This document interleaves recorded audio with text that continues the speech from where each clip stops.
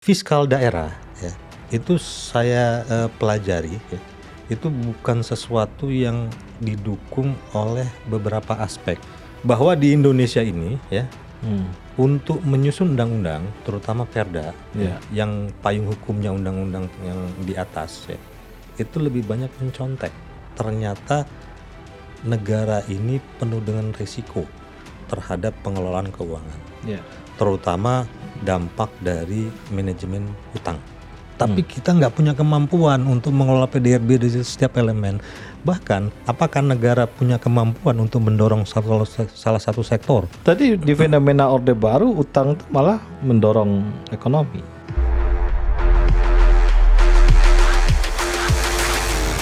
Halo sahabat OIB,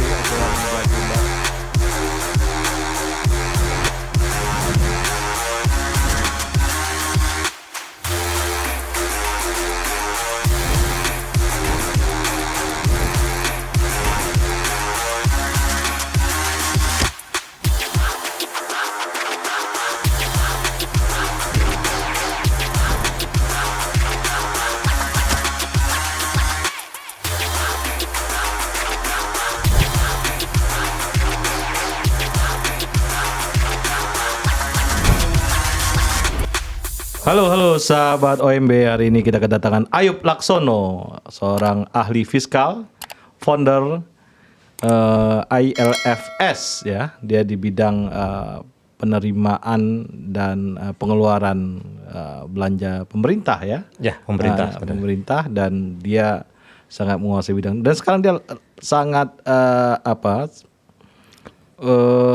mencoba mengotak-atik untuk penerimaan di daerah ya, untuk memberikan sebuah masalah-masalah keadilan dalam keuangan ya.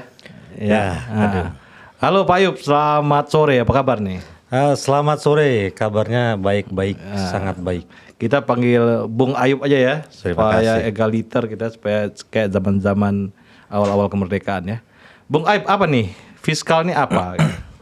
Jadi begini, fiskal itu pada dasarnya adalah berbicara mudahnya ya, penerimaan ya, dan belanja negara. Nah, ada dua komponen sebenarnya, belanja dan penerimaan. Nah, sejauh ini kita selalu concern itu masalah belanja. Yang kita ributi belanja, yang kita bagi-bagi belanja. Sementara pendapatannya disepelekan gitu kan. Nah, malah tidak terlihat ya. Ya, sebenarnya terlihat kalau di pusat ya, pada saat kita berbicara modernisasi. Hanya kan eksesnya banyak ya. Sampai sekarang juga fiskal ini untuk penerimaan negara itu digenjot habis-habisan sama negara ini, sampai yang 5 juta juga harus dipajaki gitu kan. Yang kecil juga harus dipajaki. Yang gede-gede tax holiday ya. Yang gede-gede dapat fasilitas gitu ya. Nah, silakan lanjut. Jadi gini, saya betulkan ILFS ini sebenarnya fokus pada local government. Jadi pemerintah daerah. Isunya lebih besar ya? Isunya ya tidak di pusat tetapi di daerah. Mungkin akan ada historical yang bisa saya sampaikan di situ. Jadi ILFS itu singkatan dari Institute for Local Government Fiscal Study. Nah, menarik kenapa saya buat ini ya? Karena begini, fiskal daerah ya, itu saya pelajari ya, itu bukan sesuatu yang didukung oleh beberapa aspek. Misalnya gini, akademis nggak masuk ke sana. Nah, akademis lebih banyak masuk itu ke dalam fiskal pusat, gitu kan? Mungkin karena kuenya besar ya. Nah, sementara di fiskal daerah ini ya, kenaikan skill knowledge itu hanya ada pada teman-teman yang menjadi fiskus di daerah. Nah, pada dasarnya ini jadi masalah. Kenapa?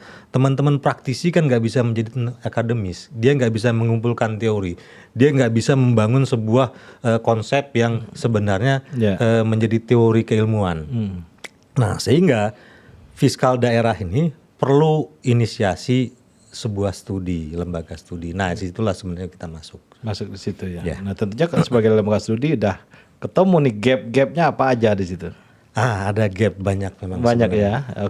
Ya, 5 lah gap lah, apa yang penting. Yang penting aja dulu, gap Misalnya apa problem-problem yang ada di sana? Jadi gini, kalau kita melihat daerah, kita punya 500 kabupaten kota lebih, termasuk juga provinsi yang ada 36 ya sekarang sama Papua dan Tengah dan Selatan ya. Nah, marketnya besar. Oke. Nah, si 500 ini ya, hampir 600 ini ya, ini punya dua sebenarnya pembimbing. Satu Kemendagri sebagai bapak kandung ya. Nah, yang kedua adalah Dirjen Perimbangan Keuangan Pusat dan Daerah DJPK sebagai bapak tiri, karena strukturnya tetap dia ke Kementerian Dalam Negeri kan. Nah, ada problem gitu di antara kedua belah pihak ini. Kenapa? Di Kemendagri sendiri praktisinya nggak ada. Nah, di DJPK secara idenya bagus, tetapi ada gap di dalam strukturnya karena dia nggak bisa struktur langsung direct kepada daerah, gitu kan. Jadi dia sebagai pembina, gitu. Nah, ini jadi masalah gap tuh. Nah, yang ketiga ada masalah bahwa SOTK, lembaga ya, badan ya, dinas yang menangani di daerah biasanya ada Bapenda, BPKAD. Nah, ini bukan institusi yang strategik gitu.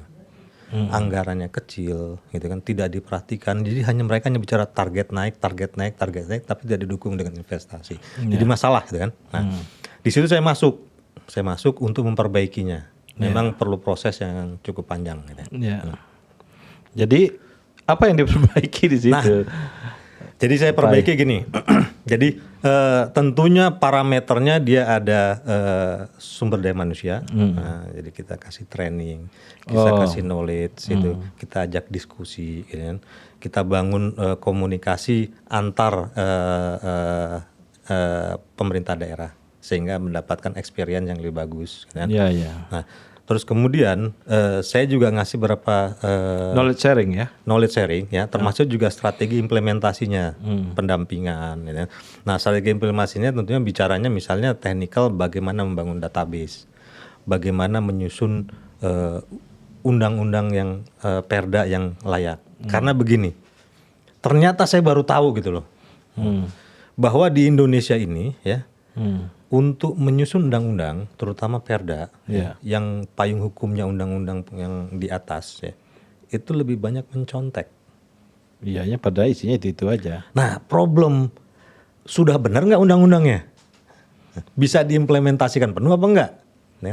Nah, pada kasus ini, inilah jadi masalah.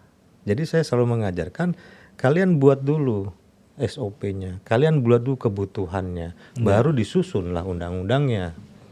Tapi perda ini sebenarnya kekuatannya bukan di perda, di keputusan dari bupati atau gubernur gitu ya, di situ lebih jadi dari eksekusinya sebenarnya. Perda kan cuma normal di situ ya. Enggak juga, jadi gini, prinsip penerimaan daerah, ya, terutama kita bicara pajak daerah, ya kan. Pajak ini adalah perampokan kepada rakyat pada saat dia tidak ada payung hukumnya. Nah, kalau payung hukumnya itu bukan perampokan judulnya, ngambil haknya. Jadi sebenarnya gini, tipis-tipis lah ya. Jadi kalau nggak ada aturannya, namanya perampokan. Tapi kalau ada aturannya, itu ngambil hak negara yang ada di sana. Nah, hak itu yang sebenarnya ada di dalam teori keuangan negara ya. Apa itu teorinya? Jadi bahwa begini, negara mempunyai kewajiban kepada rakyatnya, nah sehingga negara punya hak atas apa yang diproduksi atau dimiliki dari rakyatnya. Nah, sebenarnya itu kan ekonomi modern ya. Ekonomi modern. Beda pada saat kita bicara kerajaan dan segala macam, karena kerajaan yang punya hartanya. Ini knowledge sharing ya, berarti ini untuk ngegenjot pendapat daerah.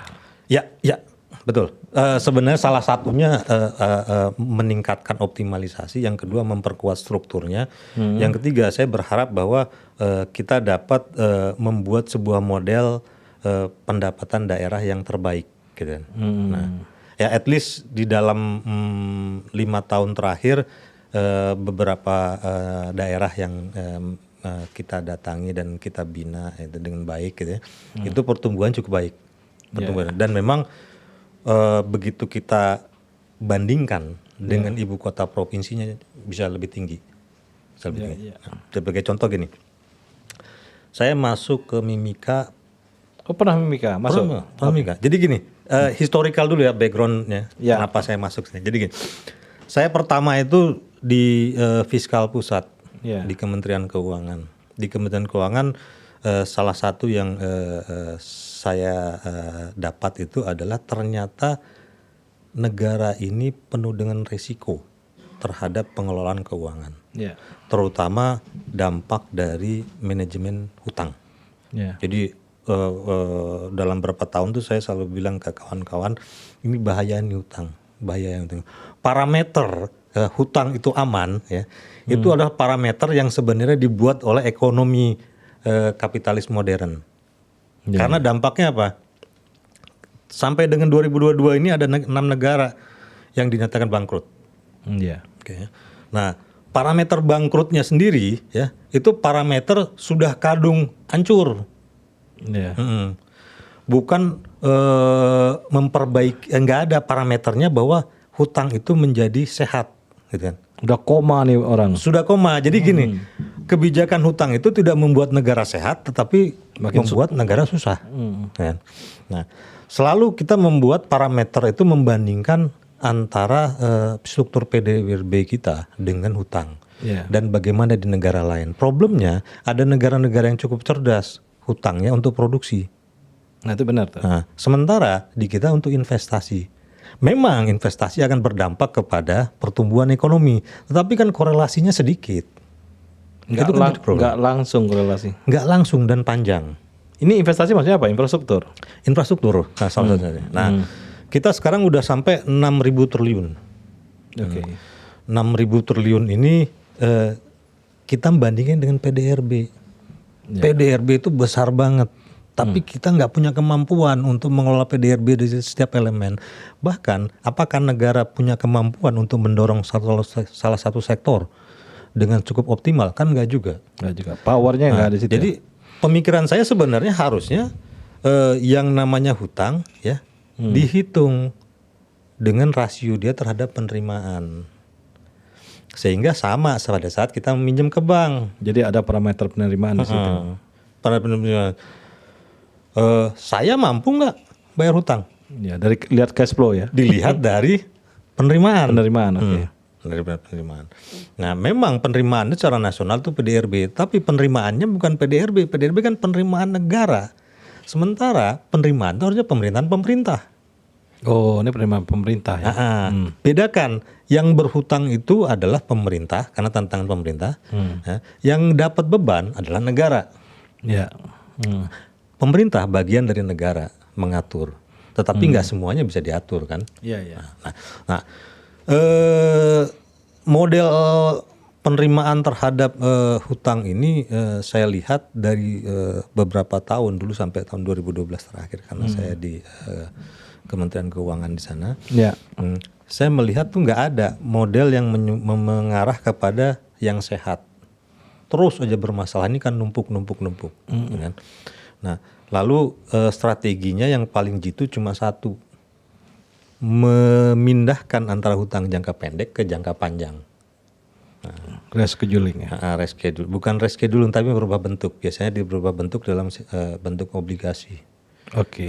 Obligasi ini berdampak apa? Pada masa tertentu ada yield kewajiban pemerintah untuk bayar. Nah,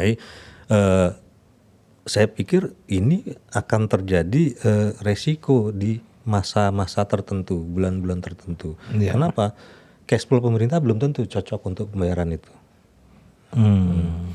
Nah, kalau kita lihat dari APBN atau APBD itu selalu bicaranya kita mau belanja apa, baru kita lihat kita punya apa.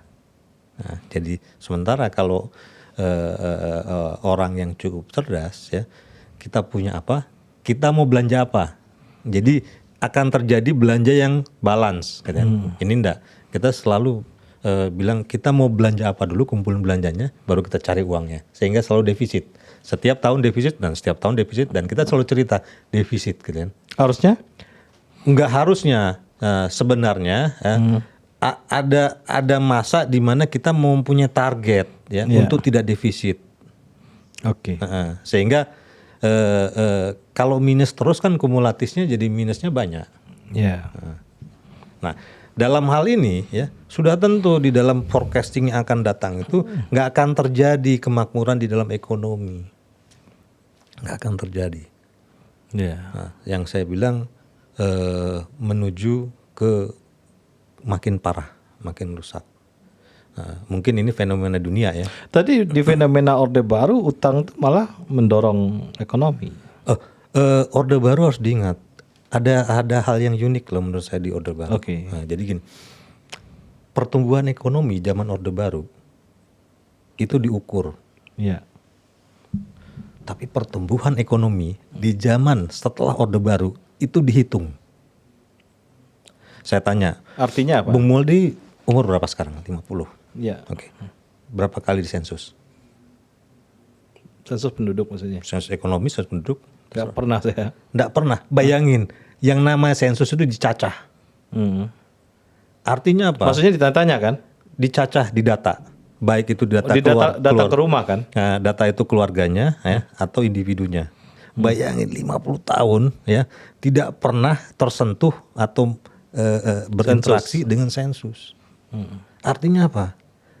Selama 50 tahun nggak pernah terukur. Tapi mungkin terhitung. Oh itu maksudnya. Nah, jadi kalau dihitung itu pakai rumusan lah. Tapi kalau diukur tuh ya diukur hiji-hiji, dua-dua, tilu-tilu, kan. Nah, kalau diukur tuh ada instrumen. Ada instrumennya. Nah, Okay. Nah, artinya ya ini menyebabkan PDRB kita ya bisa digunakan untuk men-scale up kesejahteraan negara. Itu tingkat kesuksesan pemerintah. Nah, yang ini yang dijadikan dasar untuk rasio. Gitu kan? Rasio untuk pertumbuhan. Nah, itu jadi masalah. Nah, pada saat saya melihat adanya model bahwa negara ini tidak akan pernah menuju makmur dari sisi ekonomi jaya gitu ya. Pada kita bicara selalu tangan di atas gitu ya, bukan di bawah terus gitu ya. Nah, ini tidak terjadi di negara ini. Saya juga melihat wah ini bahaya. Tapi gue ngomong kemana gitu. Karena pada saat saya bicara ngomong di rapat, saya akan terbentur bahwa undang-undangnya udah dibentuk. Tapi begini juga, Bung Ayub, zaman SBY itu utang lunas loh. Jadi gini, beberapa hutang bisa dilunaskan, Tetapi yang hutang jangka panjangnya itu obligasi. Ya, membayar pokok obligasi kita pakai apa coba? APBN. Buat obligasi baru. Wah itu mah ini. Dan itu terjadi di beberapa kali. Jadi sama seperti kita bicara. Itu mah Ponzi itu, skema Ponzi itu. Yes, skema Ponzi, gali lubang tutup lubang lah mudahnya. Itu terjadi gitu Pak Ayub. Itu terjadi. Yang benar Pak Ayub nih. Jadi saya juga bingung gitu. Ini tapi gini loh. Maksudnya saya terjadi tuh gini. APBN tuh kantong besar. Ya. Secara direct tidak terjadi. Kenapa? Semua uang itu masuk kantong itu ya, dikeluarkan semuanya. Nah, kemudian defisit kan buat obligasi baru. Ya. Artinya apa? Dari skema itu pada dasarnya nggak akan terjadi secara direct. Kenapa? Uangnya udah masuk kantong dulu besar dulu. Ya, yang nggak nampak ya. Nggak nampak. Jadi nggak ada direct. Ini dulu saya buat obligasi ini untuk kebutuhan infrastruktur. Nah, pendapatan dari infrastruktur ini bisa membayar dari obligasi itu selesai. Gitu. Nggak seperti nggak ada directnya. Gitu. Nah, itulah yang membuat selalu ada angka pertumbuhan hutang yang dikeluarkan oleh BI. Nah, lalu saya melihat karena udah ada undang-undangnya, gitu ya, terus kemudian dampaknya nanti beban ini dialihkan kepada masyarakat, gitu kan, atau dicicil jangka panjang, gitu kan, atau seperti yang kita alami beberapa tahun yang lalu adalah menjual aset negara yang berupa aset usaha, gitu. Nah itu akan terjadi. Gitu. Nah saya lihat yang bisa diselamatkan itu daerah. Karena daerah ini ada 500 lebih, 600 kurang. Untuk kabupaten, kota, dan Jadi provinsi. geser apa namanya misi sucinya geser. Misinya kita geser, misinya kita geser. Nah, menggeser misi ini ya, itu saya melihat ada hal yang unik di daerah. Nah, daerah ini ternyata Badan Pendapatan Daerah di BPKAD itu nggak seperti Dirjen Pajak dan Bea Cukai sebagai institusi yang memungut pajak dan cukai. Nah, mereka banyak yang nggak strategis, SDM-nya banyak bermasalah, kan? Nah, sehingga ini menjadi peluang besar. Nah, ini penerimaan daerah ini apa aja Pak? Nah, Itemnya. penerimaan daerah itu pada dasarnya ada 3 elemen. Ya. Nah, elemen pertama adalah PAD, penerimaan asli daerah. Jadi sebenarnya apa yang diproduksi sama daerah itu dari pajak daerah, retribusi daerah, atau hasil kekayaan yang dipisahkan yang berupa bisnis saham, atau yang lain-lain pendapatan yang sah gitu kan. Nah, terus yang kedua adalah yang transfer dari pusat. Transfer dari pusat itu ya adalah DAU gitu kan, atau DBH dan bagi hasil. Nah, yang ketiga yang diributin Meranti kemarin apa tuh? DBH. DBH. Coba jelasin dikit DBH. Jadi gini, ini terjadi karena pusat kelihatannya kurang uang. Nah, saya curiga ada kemungkinan hipotesisnya itu ya. Cash flow-nya bermasalah. Hipotesisnya bermasalah. Nah, cash flow bermasalah ini menyebabkan beberapa DBH ini untuk daerah yang sebenarnya ada hak daerah itu tidak dibayarkan pada tahun fiskalnya. Nah, dicicil. Nah, memang ya, komunikasi pusat dan daerah ini kan bukan komunikasi adik dan kakak, bukan juga komunikasi anak dan bapak. Superior, inferior. Bahkan ada juga yang kepala daerah atau kepala badannya ya, dia bingung untuk berkomunikasi ke pusatnya. Nah, yang pada akhirnya ya mereka menerima, menggerutu, menggumam, ya. Nah, itu yang terjadi. Gitu. Nah, kurang terus ini ya. Sementara di daerah ini kan tetap ada politik daerah di mana mereka dipresur, ini pendapatan kok nggak jalan-jalan, apa kerjanya, gitu kan? Nah, berdampaklah kepada mereka membaca, oh ini punya hak kita, kenapa nggak kita minta? Gitu kan? Nah, baru beberapa daerah minta dan memang disetujui, terutama kalau kita berbicara prioritas, gitu kan? Jakarta sendiri dulu pernah kalau nggak salah tahun lalu atau 2 tahun lalu ya, mereka dibayarkan oleh pusat terhadap piutang yang lama. Bisa gitu ya? Bisa gitu. Sementara Jakarta ini paling banyak DBH-nya dari PPH ya, dari pajak. Nah, itu yang kejadian di daerah. Nah, daerah kita tahu bahwa mereka pada dasarnya otonom. Otonomi daerah ini untuk keuangan mulai ditetapkan dengan Undang-Undang 1999. Undang-Undang desentralisasi. Pertama kali ya otonomi daerah untuk keuangan ya itu tahun 99 undang-undangnya nomor 22. Nah, berlakunya kalau tidak salah 2001 2002 berlakunya gitu ya. Nah, bisa dibayangin itu udah 20 tahun ya. Otonomi di keuangan nggak jadi-jadi. Oke, ada gap juga ya. Rasio mereka rendah. Ada beberapa daerah rasionya tinggi, bahwa PAD mereka tinggi, lebih tinggi dibanding transfer pusat. Nah, tetapi banyak daerah ya perbandingan antara transfer pusat dan daerahnya sangat-sangat rendah. Nah, kita nggak hanya harus bicara pajak, nggak harus bicara retribusi, tapi harus juga inovasi. Gitu. Nah, saya juga ngasih beberapa theoretical terhadap inovasinya, gitu kan. Karena tidak semuanya jadi pengalaman. Kalau pengalaman tuh harus ada uji cobanya. Nah, sehingga saya selalu nawarin, udahlah kamu uji coba ke saya. Nah, nanti saya kasih masukan gini, kita uji coba sehingga berhasil atau tidaknya itu jadi sebuah teori bagi kita. Nah, at least saya bisa meningkatkan pertumbuhan penerimaannya gitu. Dalam pengalaman saya ada beberapa daerah itu cukup bagus, bagus gitu ya. Pajaknya naik, gitu kan. Ada yang naik 19%, gitu kan. Ada yang naik bahkan sebagai contoh nih, Ini pajaknya dari mana ya? Sebagai itemnya dari restoran itu gitu. PBB, BPATB, yang paling besar tuh PBATB. Baru kemudian PBB restoran, dan BPATB. Apa itu? Pajak bumi bangunan. Terus satu lagi? Biaya perolehan hak atas tanah dan bumi dan bangunan. Jadi yang dari bumi. Ya. Yang aksesnya ke rakyat. Ini masalah nih.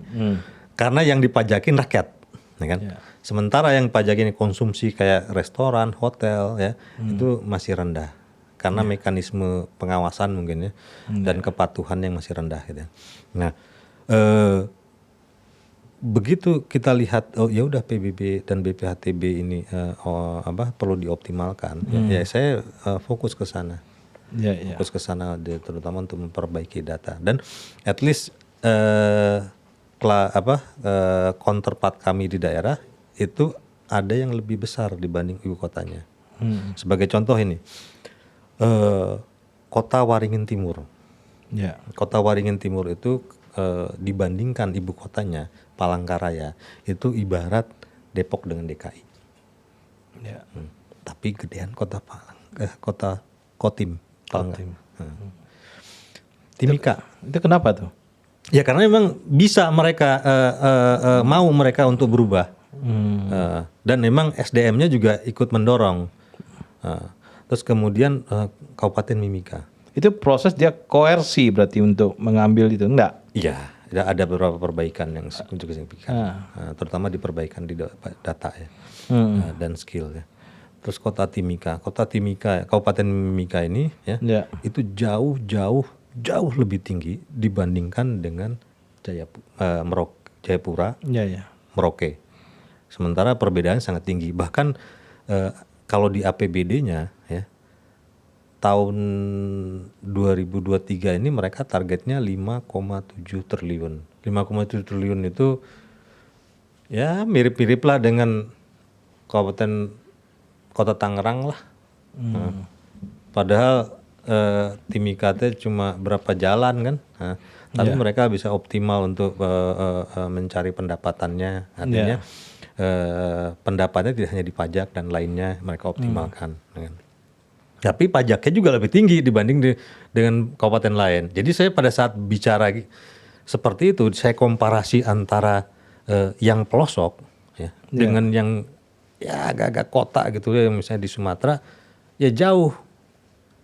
Karena banyak juga yang sebenarnya kalau saya lihat salah asuhan ya, jadi tidak dapat bimbingan yang tepat. Sehingga pada akhirnya mereka nggak bisa optimal, nggak ada contohnya, nggak ada mentornya, dikasih teori tapi nggak ada mentornya gitu kan. Nah lalu kemudian ada Kabupaten Kota Umubagu itu sempat di beberapa tahun yang lalu itu kepatuhan pembayarannya ya di beberapa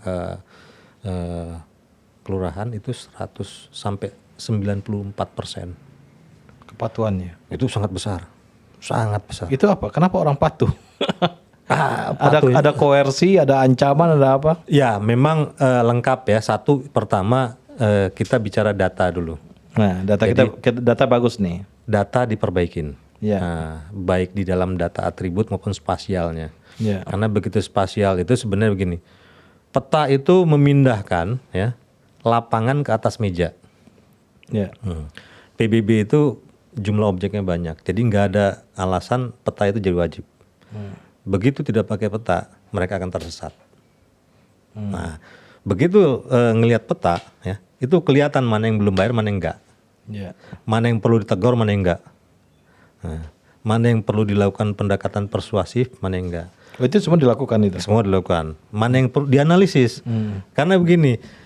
Yang punya hutang setahun dengan punya yang hutang 5 tahun itu gampangan mana kita nagih? Yang setahun loh. Yang setahun mah tinggal toel aja.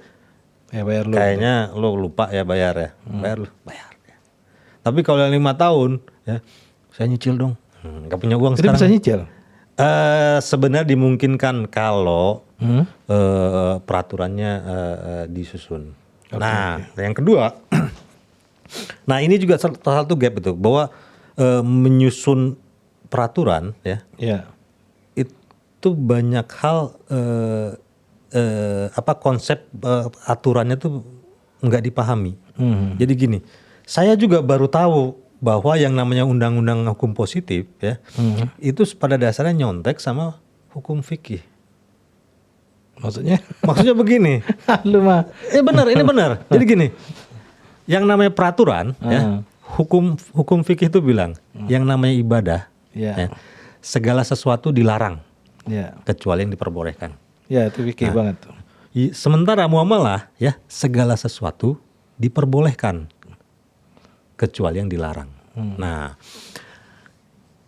yang namanya undang-undang yang mengatur manusia dan aspek lainnya di kehidupan itu muamalah. Nah, perspektif itu yang harus diambil. Karena gini, begitu dia tidak ada konsep itu, azas dan prinsip itu, pemahaman, ya, mereka tuh jadi ragu-ragu untuk berubah dan berinovasi. Bayangin, ya, ada daerah, ya, itu bicaranya, kalau saya membuat SPPT digital boleh apa enggak? Kan enggak diatur di undang-undangnya, di perdanya. Harusnya? Ya boleh lah, kan itu nggak dilarang. Nggak dilarang. Nah, itu ngomong. Nah, prinsip itu sebenarnya kadang-kadang kita takut nanti jadi temuan dan segala macam itu di daerah. Teman-teman bicara gitu, saya bilang coba saja. Tidak ada landasan hukumnya gimana? Tidak ada landasan hukum, tidak ada payung hukumnya. Tidak ada payung. Ya, disitulah pentingnya membuat peraturan daerah yang cukup lengkap, melengkapi yang pusat, yang atasnya payung hukumnya. Yang lu bilang perda tadi ya. Jadi hierarkinya undang-undang dan perda. Perda ini harus melengkapi yang bolong-bolong di sana. Di undang-undang. Nah, terlalu kemudian daerah sendiri banyak ide ini saya peroleh dari kawan-kawan di daerah. Apa yang mereka lakukan. Jadi kelebihan saya dari teman-teman di daerah itu satu, saya punya pemahaman tentang best practice di tempat lain. Nah, saya share lah itu. Sehingga mereka tergugah. Lu punya benchmark ya? Benchmark. Nah, walaupun tidak semuanya, karena kan kadang-kadang nggak semuanya itu bisa nurut, bisa mau nerima sebuah ide gitu kan. Terlebih-lebih yang namanya Pemda sendiri kan bisa jadi ada kepentingan lain gitu kan. Nah, ya yang kita harus punya hubungan sangat erat dengan aktor-aktor daerahnya. Kalau nggak bisa. Nah, selama ini kami seperti teman ke teman-teman daerah. Seperti teman-teman daerah. Tapi ada problem bahwa daerah ini organisasinya cukup sempit sehingga saat ini dia berada di Bapenda, ya, bulan depan bisa di Pertamanan. Dia pindah-pindah. Pindah-pindah dan tanpa spesifikasi skill yang sebenarnya cocok. Itu terjadi di semua Pemda itu. Terjadi semua Pemda. Apalagi kalau ada hubungan dekat dengan rezim yang berkuasa ya. Nah, itu pengalaman saya dan yang saya berikan kepada teman-teman di daerah. Nah, harapan saya ya, mereka mau memperkaya solusi, memperkaya model, memperkaya strategi gitu kan. Nah, sehingga pada akhirnya yang namanya otonomi, berdiri sendiri, ya, kebebasan fiskal yang kita diharapkan itu terwujud, at least mendekati. Sampai saya bilang gini, tidak semua daerah itu punya potensi di dalam pajak atau retribusi. Ya cari tempat lain. Maksudnya begini. Kenapa saya berharap pada teman-teman daerah ini untuk mau jadi kayak laboratorium. Karena ide-ide itu harus kita implementasikan situ. Jadi tadi untuk PAD itu ada 3 ya. Ada pajak dan retribusi ya. Terus kemudian harta yang dipisahkan, ya kan? Terus kemudian adalah pendapatan lain, biasanya pendapatan lain itu dari BLUD, ya kan? BLUD itu biasanya rumah sakit, ya kan? Itu meningkat itu di beberapa daerah tuh. Pada saat COVID kemarin meningkat. Nah, ada pendapatan juga di situ ya. Yang harta kekayaan yang dipisahkan ini, ya itu biasanya adalah sewa atau penyertaan saham di BUMD. Nah, banyak orang ya berbicara BUMD, mereka berbicara adalah sebagai entitas bisnis yang dimiliki oleh pemerintah daerah ya, yang bekerja di wilayah mereka. Jadi menggarap potensi di mereka. Sementara ya yang namanya usaha ya tidak dibatasi wilayah. Jadi pada saat Kabupaten Meranti ya punya BUMD yang bergerak di bidang perikanan dan mengambil potensi di wilayah timur, ya boleh. Dia bergerak di jasa untuk migas dan kerjanya di Libya, ya boleh gitu. Nah, ide itu ya sebagian memahami, tapi sebagian juga belum tahu. Nah, tapi sebagian besar atau semua tidak berani mencoba. Yang penting mencoba dulu kan. Ya ada resikonya mencoba. Ada resiko, tapi kan resikonya udah jelas. Bahwa resiko ini harus bisa dijelaskan. Ya. Saya investasi berapa, ya, siapa yang mengelolanya, ya, tidak ada cangkutan politik, dibiarkan mereka dengan baik secara profesional. Ini idenya, tolong dikembangkan. Ya. Terus yang ketiga, yang keempat itu adalah ide bagaimana mereka dapat penerimaan dari fenomena. Ya. Nah itu saya coba sekarang adalah fenomena untuk carbon trading. Mungkin nanti pada saat Bung Meldi ngundang saudara kita Yus Rizky, itu bisa kasih masukan terhadap carbon trading. Ini ngejual hutan nih? Enggak, ngejual carbon reduction. Berapa karbon yang dikurangi? Ya, berapa kemampuan carbon reduction yang dijual di trade. Saat ini setahu saya Provinsi NTB ya sudah mulai mencoba gitu ya. Yang hitung. Ya, sudah mulai mencoba dengan Korea dibina. Nah, itu memang sebenarnya harus itu ujungnya kan surat berharga kan? Ya, ujungnya something yang bisa dijual lah ya surat berharga. Nah, wah. Tapi kan model ini udah ada di dunia lain, negara lain. Tapi belum jalan aja ya. Di Jepang udah. Udah ya. Ada distrik yang memiliki penerimaan besar dari situ. Terus entitas private ada, NGO ada, dan kalau untuk yang government seharusnya sih ada, seharusnya ada. Seharusnya ada. Gitu. Itu gambaran secara umum gitu kan. Nah, lalu saya selalu bilang juga ke teman-teman di akademis, ya kan?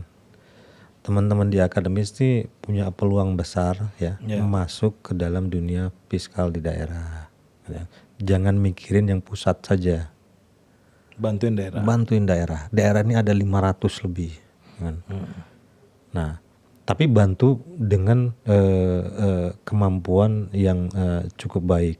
Karena posisi saat ini mereka tertinggal. Kenapa pemerintah pusat tidak memberikan bantuan ke daerah masalah skill, masalah macam-macam tadi? Jadi gini, pada dasarnya ada permasalahan bahwa tidak semua permasalahan itu bisa disolusikan dari pusat. Jadi pusat tuh paham, masalah ini kan, treatmentnya apa. Ya. Nah, ada juga yang treatmentnya tepat, gitu kan, tapi pelaksanaan tidak. Nah, maksudnya begini, pada saat kita bicara skill, ya, pemerintah pusat tuh ngasih training. Bintek bekerja sama dengan beberapa perguruan tinggi di daerah. Nah problemnya ya yang memberi materi tidak lebih tahu dibanding yang ngasih materi, yang menerima materi. Kenapa? Karena yang satu tuh baca textbook, yang satu punya experience. Teman-teman Bapendanya punya experience, ya kan?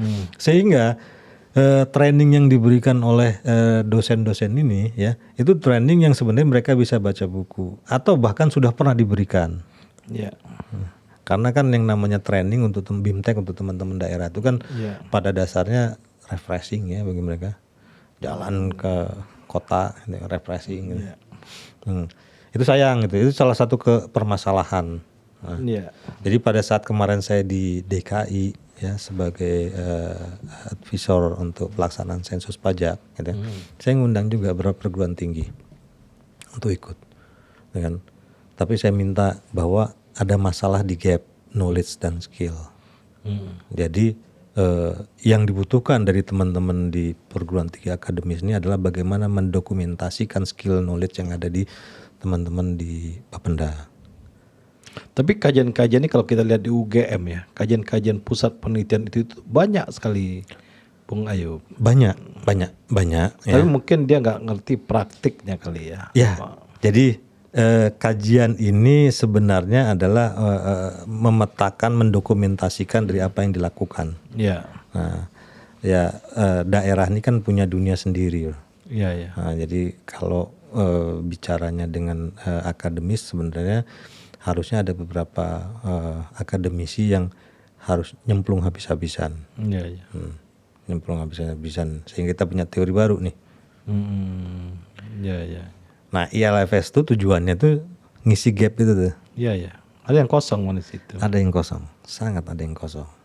Dan di tingkat nasional itu ada dulu Fitra, tapi dia transparansi sih urusannya. Urusan transparansi itu bicara kebijakan sama belanja ya. Belanja dan pingin dia ada akses masyarakat untuk melihat itu kan. Tapi ini menarik nih, ini urusan fiskal. Jadi gimana membangun keuangan daerah kan? Ya, fiskal space daerah itu rendah ya. Bisa dibayangin begini, di daerah di Jawa nih, ya, itu masih ada yang APBD-nya hanya 2T. Masih ada. Di Bubble saja ya. Bubble ini kan kalau kita lihat timahnya banyak nih. Kabupaten itu cuma 1T. Bahkan ada yang di bawah 800 miliar. Banyak yang hilang. Banyak yang APBD-nya ya. APBD-nya. Ya, sehingga ya dari kalau APBD-nya segitu, jadi PAD-nya berapa? PAD-nya ya paling cuma 1/10-nya. Itu udah bagus 1/10-nya. Ada yang 2%. Ada yang 2%. Berarti lebih banyak dari pusat. Lebih banyak kan dari pusat. Sebenarnya potensinya kan banyak. Ya. Coba kita lebih konkret nih. Contohnya apa? Rumah makan. Nah, gini. Itu kan PBB doang nih tadi contohnya. Ya gini. Rumah makan. Akan pajak tuh banyak ya. Sebenarnya gini. Bedakan antara pajak, retribusi ya, BUMD ya, atau BLU. Jadi, pajak itu ya, itu yang ngerjain industrinya itu rakyat. Ya. Semua jenis pajak itu rakyat. Negara cuma tinggal mungut. Jadi nggak ada usahanya, cuma mungut. Ini hak gua. Karena apa? Begitu kita bicara restoran ya, yang ngerjain industri restorannya itu rakyat. Pengusaha restoran. Negara nitip konsumsi masyarakat, gue pajakin dari situ 10%. Hotel juga seperti itu. Nah, terus kemudian PBB ya atas nilai yang dimiliki oleh masyarakat rakyat dipajakin. Jadi yang membangun nilai itu pertumbuh nilainya ya itu kan dua ya. Satu makroekonomi membangun dia untuk pertumbuhan dan nilainya. Yang kedua adalah rakyat itu sendiri yang memiliki wajib pajak karena dia bisa meningkatkan value mungkin dengan ada bangunan dan segala macam untuk value naik. Nah pemerintah kan enggak. Pemerintah ceritanya memang ada. Gue meningkatin nilai dengan apa? Infrastruktur. Tapi at least itu ada dampak. Bukan direct gitu kan. Nah berarti ya yang ada di ekonomi di sebuah daerah itu diambil sebagian oleh pusat. Sudah ada. Nah yang kedua retribusi itu bagian dari consumption masyarakat. Consumption pada saat dia berkonsumsi ya difasilitasi oleh pemerintah ya. Misalnya jalan ada retribusi parkir difasilitasi jalannya karena itu adalah publik dan punya pemerintah ya, negara dipungutin retribusinya. Nah terus artinya tetap ada investasi ya, walaupun investasinya udah happen itu ada dedicate ya, kan saya. Nah yang ketiga adalah harus ada investasi direct, harta yang dipisahkan. Nah di situ diambil adalah hasil dari usahanya, jadi perlu effort. Nah, terus yang keempat itu dari bagian dari service BLU ya, yang lain-lain ya. Bisa juga nanti dari hibah. Rumah sakit gitu ya. Bisa juga nanti dari hibah dan lain. Hibah tuh dari mana contohnya? Hibah ada. Jadi pemerintah daerah itu bisa nerima hibah dari pusat, bisa nerima hibah dari pemerintah daerah lainnya. Misalnya masjidnya Pak Jokowi yang kemarin itu gimana tuh statusnya? Enggak. Itu beda. Jadi gini, DKI Jakarta itu selalu ya ngasih hibah kepada daerah penyangga. Oke, ngerti. Jadi Depok dapat, Bogor dapat, Kota Bekasi dapat banyak karena apa? Kota Bekasi dikasih sampah. Ya kan? Misalnya kayak Bogor tuh dia sebagai penyangga air untuk kebijakan normalisasi. Nah, itu dapat hibahnya. Ya. Nah, hibah itu di DKI jadi belanja, di daerah Kabupaten Bogor itu jadi penerimaan. Gitu kan. Nah, carilah semaksimal mungkin. Nah, kalau kita bicaranya DBH itu yang dari pusat.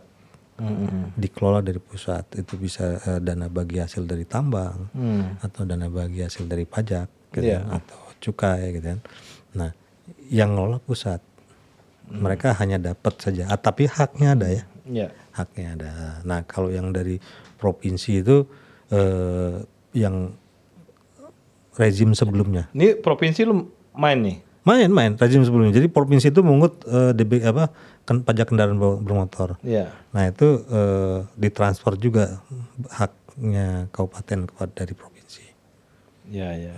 Jadi dibagi-bagi gitu. Ini yang sukses yang mana nih, Bung Ayub nih? Yang Timika udah ada yang udah jadi model belum?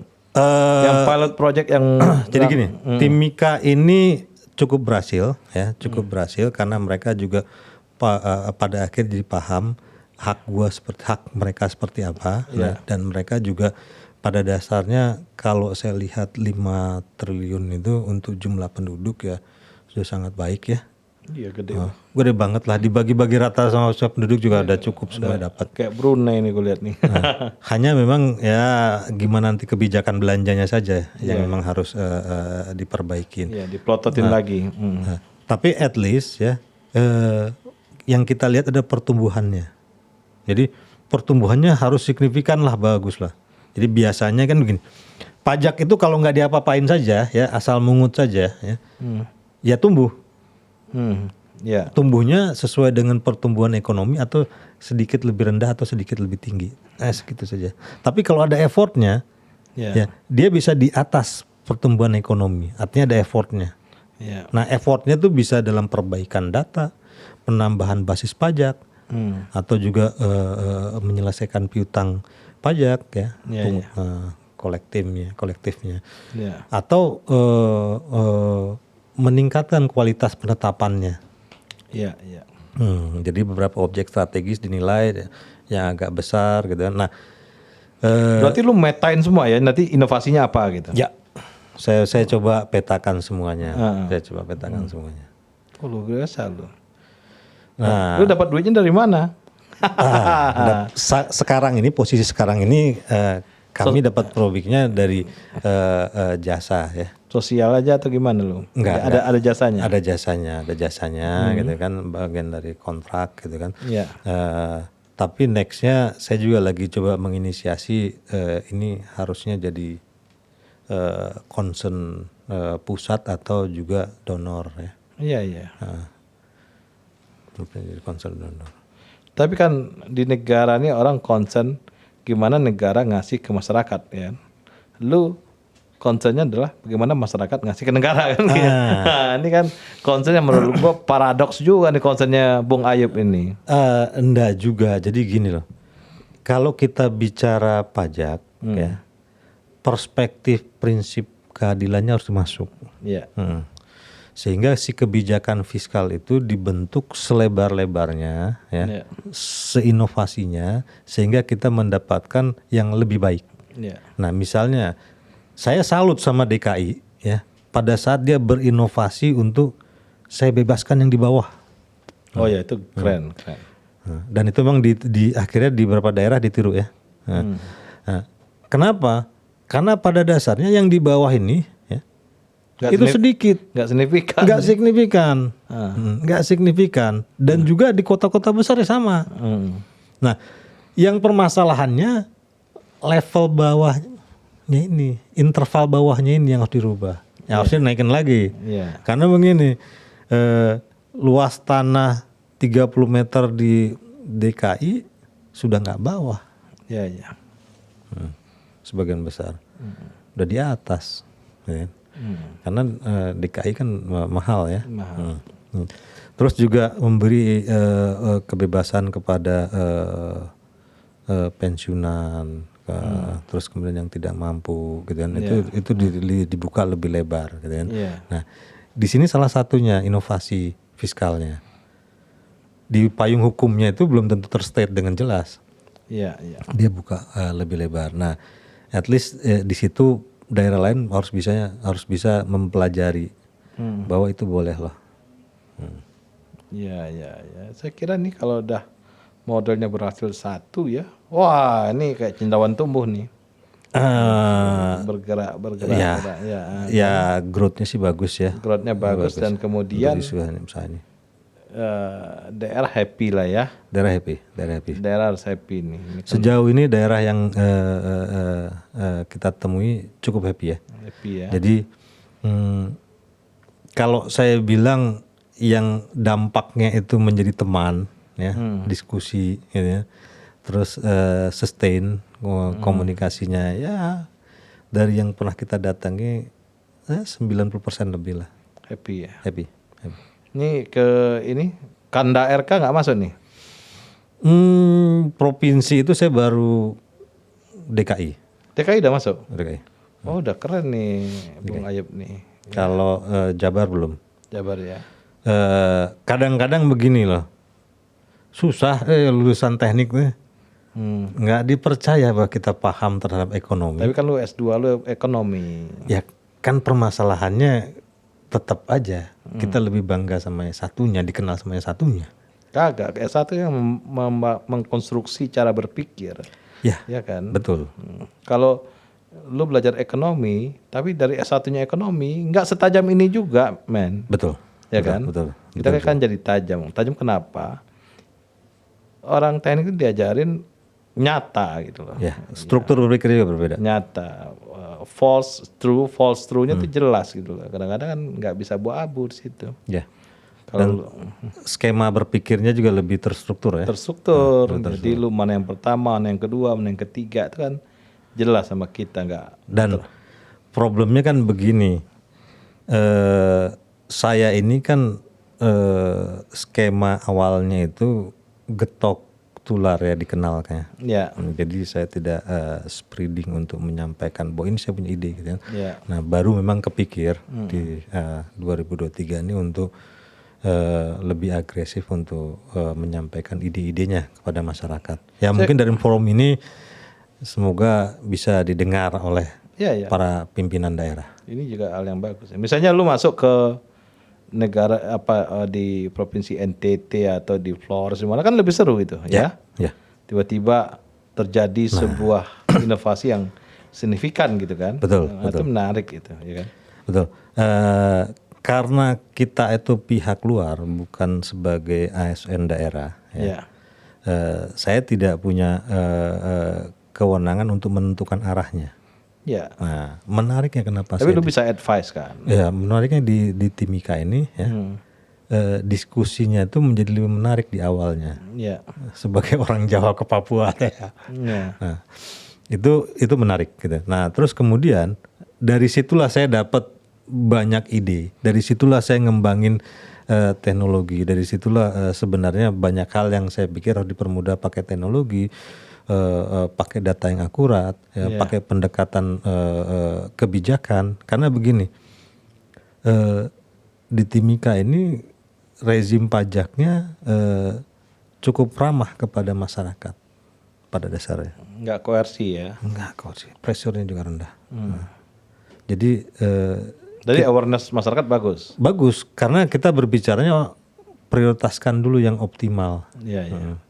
Ngapain mikirin yang kecil ya, yang optimal dulu. Atau baru bergerak gitu nanti ke yang lebih kecil gitu ya. Nah itu juga yang saya sarankan ke daerah. Nah di daerah ini ada at least ada 4 counterpart yang memang harus punya kesepahaman atau pemahaman yang cukup baik ya. Satu adalah fiskusnya, organisasi pemungut pajaknya. Yang kedua adalah pimpinan daerahnya, ya, dan unit dinas SKPD kebijakan ya, bisa itu Bapeda ya atau Sekda ya, itu kan bagian dari kebijakannya gitu kan. Terus yang ketiga adalah parlemennya. Nah, karena parlemen juga perlu dicerdaskan sehingga mereka bisa paham ya tentunya. Kenapa? Karena kontrolnya biar dari mereka. Nah, walaupun kadang-kadang ngotot-ngototan mereka, tapi fungsi kontrol harusnya jalan di mereka ya. Terus baru yang keempat adalah wajib pajaknya masyarakatnya. Jadi, dari 4 ini saya sudah masuk juga ke DPRD-nya. Jadi saya ngasih masukan, ini loh yang harus dilakukan. Kalian berhak tuh nanya, gitu kan. Kalian berhak tuh ngasih masukan, gitu kan. Terus di masyarakat ini semua ini ya, aktor-aktornya item-item dari orangnya dicoba ya, dimasukin. Coba. Masukin ya. Semaksimal mungkin kita coba.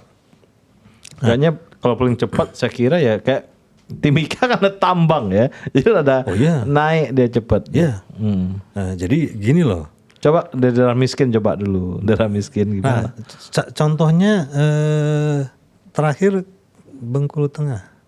Nah, Bengkulu Tengah ini pertumbuhan penerimaannya bagus. Ini apa? Rejang Lebong nih? Enggak, Bengkulu Tengah itu sampingnya Kota Bengkulu. Oke. Ya. Nah, dengan pertumbuhan yang bagus ini menyebabkan beberapa kabupaten di sampingnya itu panik. Ya, itu yang bikin ini ya, ada proses berlomba-lombanya itu kan. Biasanya mereka ngelihat sampingnya kan, tumbuh gitu. Panik gitu. Nah, panik itu terjadi di 2 tempat yang sekarang agak signifikan, yaitu di Bengkulu ya, dengan di Kalimantan Tengah ini. Iya. Di Kotim. Jadi Kotim, Kobar tuh, Katingan itu semangat mereka, semangat ya. Semangat. Karena mau nggak mau mereka juga menyadari ya. Itu sama ini dengan gini, Bung Ayub. Kalau satu kota lampu tamannya lebih caang, kota lain kan mencoba juga kan. Iya. Nah itu sama itu. Sama. Pendapatan penerimaan ya, itu juga sama itu. Nah harusnya memang nanti pendapatan itu juga signifikan terhadap belanja yang menguntungkan masyarakat, gitu kan nanti itu. Karena saya baru optimalisasi untuk di penerimaan dulu. Iya, kita juga harus geser ke sana nih. Udah bagus, tiba-tiba spendingnya jelek kan, kacau juga. Ya. Nah, bicara spending itu berat ya. Berat. Kenapa? Karena begini. Why? Spending ini adalah belanja, ya.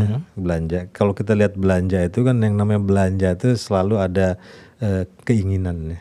Nah, tidak hanya berbicara kebutuhan ya. Iya. Contohnya masjid Jabar ini gimana? Keinginan kebutuhan nih. Nah, sebagai contoh itulah. Sebagai contoh. Jadi gini,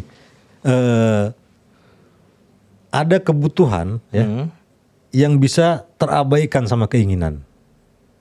Nah, karena apa? Rezim yang berkuasa ya punya kewenangan untuk mengatur belanja, atau kemudian ada pihak yang berkuasa punya kewenangan untuk mengatur. Jadi si kebutuhan ini ya kalah sama si keinginan. Nah, bicaranya adalah fenomena yang nggak gampang kita handling gitu loh. Karena apa? Konflik antara kita dengan mereka juga akan jadi ada. Sehingga saya nggak masuk di situ dulu. Naikin aja dulu. Ini dulu ya kan. Jadi untuk sampai jadi nabi ini pelan-pelan lah ya. Ya, biarkan itulah transparansi lainnya gitu kan. Yang pakai yang apa, teman-teman lain lah coba ke sana ya. Teman-teman lain yang ke sana. Jangan semua masuk di kita ya. Nanti nggak jadi barang. Tapi itu tetap untuk ekosistem fiskal itu harus dimasuk. Harus masuk. Kalau di dalam proses kajian harus masuk itu. Tapi dalam pendekatan komunikasi saya belum masukin. Belum masukin. Oke, ini terakhir Bung Ayub, apa nih dari fiskal, tentunya bahasanya penerimaan tadi ya.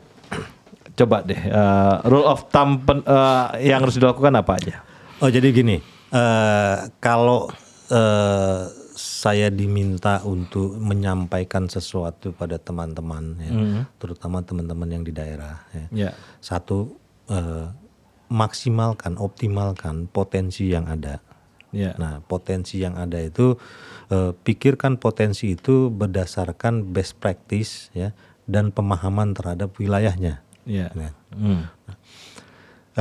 Diskusi nggak apa-apa dengan kami, ya. Terus yang kedua, ya, gunakan pendekatan-pendekatan yang sebenarnya tidak hanya berbicara pendekatan di pemerintah, tapi juga pendekatan bagaimana memahami wajib pajak. Nah, terus yang ketiga, dukungannya itu harus komprehensif, baik dari dukungan dari anggaran, dukungan dari kebijakan, dukungan dari hal lainnya. Gitu. Terutama nanti berbicara data, data ini mahal.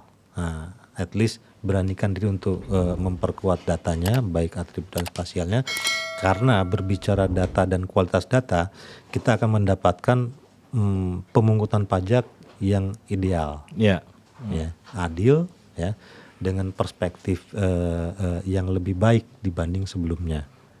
Nah, tentunya at least itu akan jadi dampak penerimaan yang akan memakmurkan semuanya, termasuk juga fiskus yang bekerja. Oke, sahabat OMB, hari ini kita bahas cukup dalam ya masalah penerimaan daerah, inovasi penerimaan daerah oleh Bung Ayub Laksono. Tentunya ini menarik ya buat teman-teman di daerah untuk meningkatkan penerimaan. Inilah Ayub Laksono. Terima kasih.